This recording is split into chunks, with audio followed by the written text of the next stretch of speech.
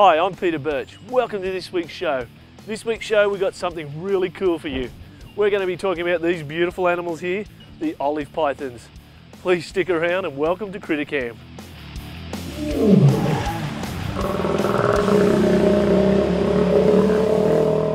There's two important things we need to remember, especially dealing with olive pythons in cages that are pretty high off the ground. The first thing is they can be large-bodied, so they can actually hurt themselves if they're not cradled the right way coming out of the enclosure. The second thing is we need to remember is that they can get pretty food orientated inside their enclosures. So when you open the door, the first thing they're going to think is coming is food. So we've got to be a little bit cautious about that. And we can see this big girl here sitting there waiting. There's another one there. This might get a little bit sketchy. We'll see if we can get her out. Hey girl. And as you can see, straight away she's coming straight out of the cage. She's hoping that there's food involved. We've got to let her know that there's no food. Come on, sweetheart. Come on. Come on. Now, like I said, they're big, heavy-bodied animals. The rest of her is right back here. Need to let her know that we're nothing to do with food. Come on. So we can get her out and have a play. Come on, sweetheart. She ducked back in there. Now, olives have been known to grow up to nearly 20 kilos in body weight. That's pretty substantial. And they can get up to 14 feet in length, which is still pretty damn long. Oh, come on, girl. Oh. Oh. Oh. Here we are. Yeah, one of my favourite girls. Oh. This is Pippi. Pippi's been with me nearly 20 years and she is a great little snake.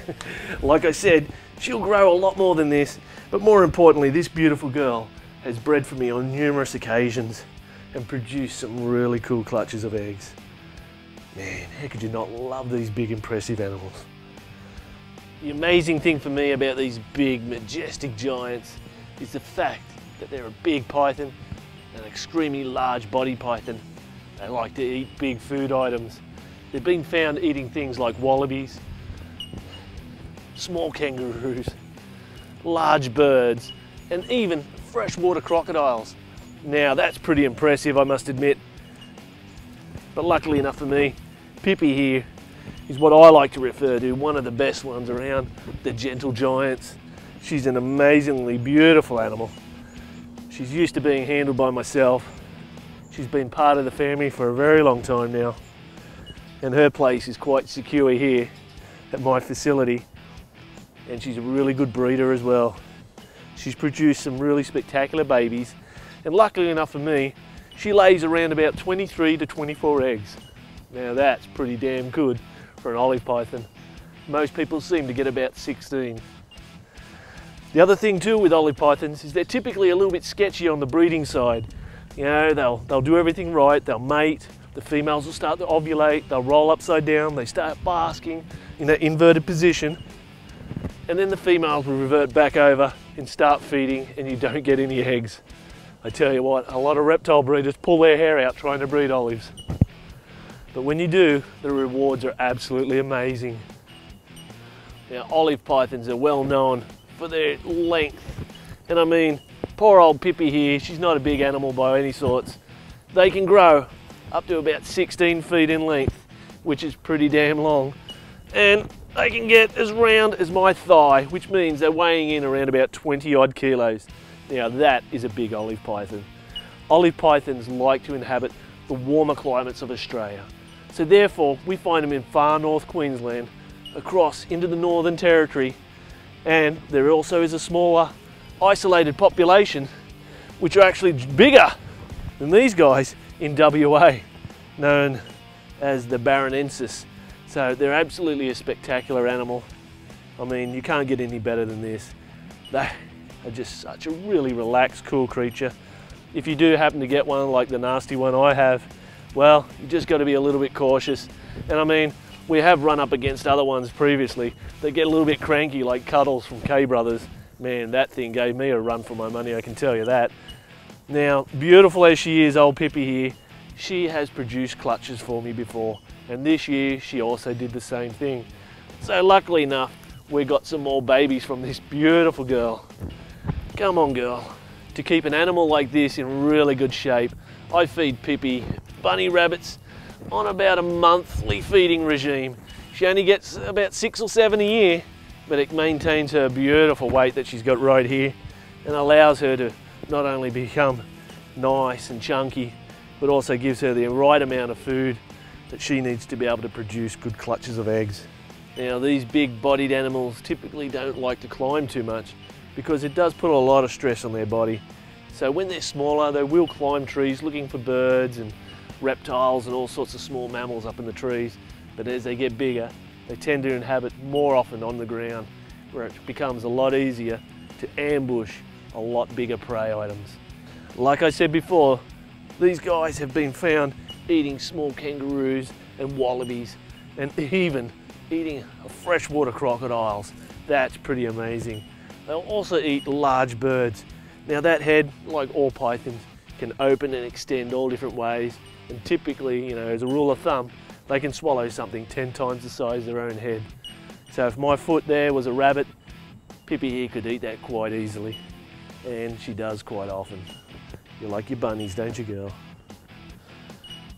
Around about 15 years ago, there was a marvellous discovery, an albino olive python in a disused mine. You can imagine how that's changed the hobby here in Australia. Look at this spectacular animal. It's a straight recessive trait, which makes it even better. And they are an amazingly beautiful animal. I mean, look at that. This female is a spectacular individual, and she's giving me a bit of a go here. She does like coming out and going for a bit of a walk amongst the grass. I mean, olive pythons are amazing. You can imagine when they're white, but man, it's more like a buttercup yellow. These things are just gorgeous. We've also got another little male, and he's more like a little fluoro yellow colour.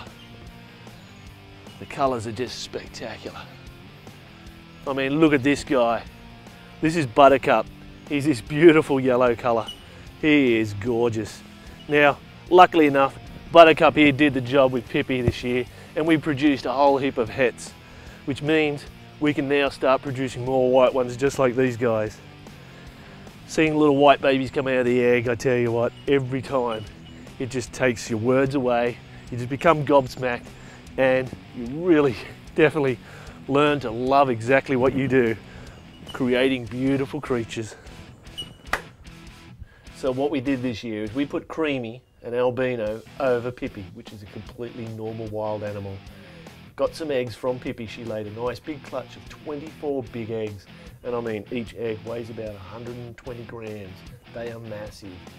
Cooked those at 31 degrees, and about 82 days later we got this. Some spectacular little baby olives. I mean, these things are absolutely gorgeous. And the fascinating thing is they are carrying the gene to produce more creamies just like their dad. So by putting 2 of these babies together, on average 1 in 4 will produce another creamy. That's pretty cool. Well, I hope you enjoyed today's show about olive pythons. I mean, I love these guys. Yeah, I love the small pythons, but these big creatures are absolutely spectacular. Please leave a comment below.